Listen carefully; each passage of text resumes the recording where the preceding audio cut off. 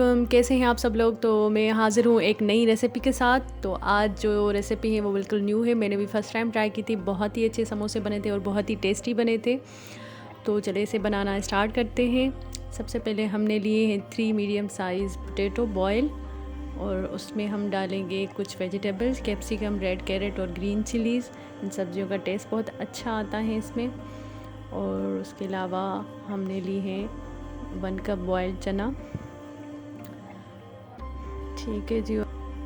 कुछ स्पाइसेस लिए हमने, रेड चिली पाउडर है, कोरिएंडर पाउडर, खटाई पाउडर, काली मिर्च, सॉल्ट टू टेस्ट, काला नमक और ज़ीरा। इसकी क्वांटिटी नीचे डिस्क्रिप्शन बॉक्स में भी लिखी हुई होगी। और इन सब को हम मिक्स करेंगे एक बाउल में। और उसके बाद ये समोसों की शीट मैंने बाहर से मंगवाई थी, आप घर में भी बना सकते हैं। इसकी फिलिंग करेंगे हम। इसको आप 3 या 4 दिन फ्रिज में आराम से रख सकते हैं। उसके ज़्यादा दिन भी आप रख सकते हैं, लेकिन वो वाला टेस्ट नहीं आता समोसों में। ठीक है जी। इसको अब हम फोल्ड करेंगे।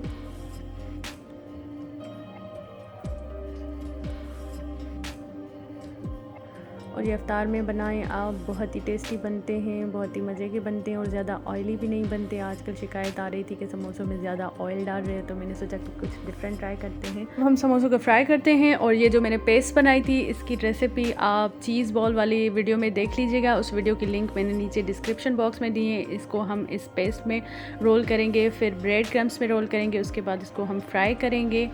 बहुत ही टेस्टी बनते हैं ये, बहुत ही क्रिस्पी बनते हैं। और इसका जो सबसे बड़ा एडवांटेज ये है कि ये ज़्यादा ऑयली नहीं बनते। एक थिक सी कोटिंग आ जाती है इस पेस्ट की वजह से। इस पेस्ट की रेसिपी आपको मिलेगी चीज़ बॉल वाली रेसिपी में। उसमें मैंने आपको बताया था कि इस पेस्ट को कैसे तैयार करते हैं। ठीक है जी।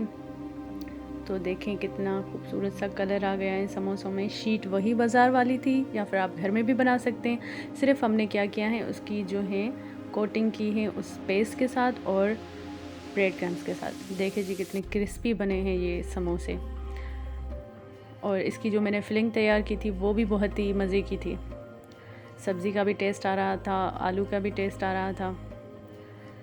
ये देखिए जी, बहुत ही आसान रेसिपी है, बहुत ही जल्दी बन जाते हैं ये। और इसको आप 3 से 4 दिन फ्रीज़ भी आराम से कर सकते हैं। तो जी, उसके साथ साथ ही मेरे चैनल को आप लाइक करें, सब्सक्राइब करें और मुझे इंस्टा पे भी फॉलो करें। मिलते हैं नेक्स्ट रेसिपी के साथ। अपनी दुआओं में याद रखिएगा। अल्लाह हाफ़िज़।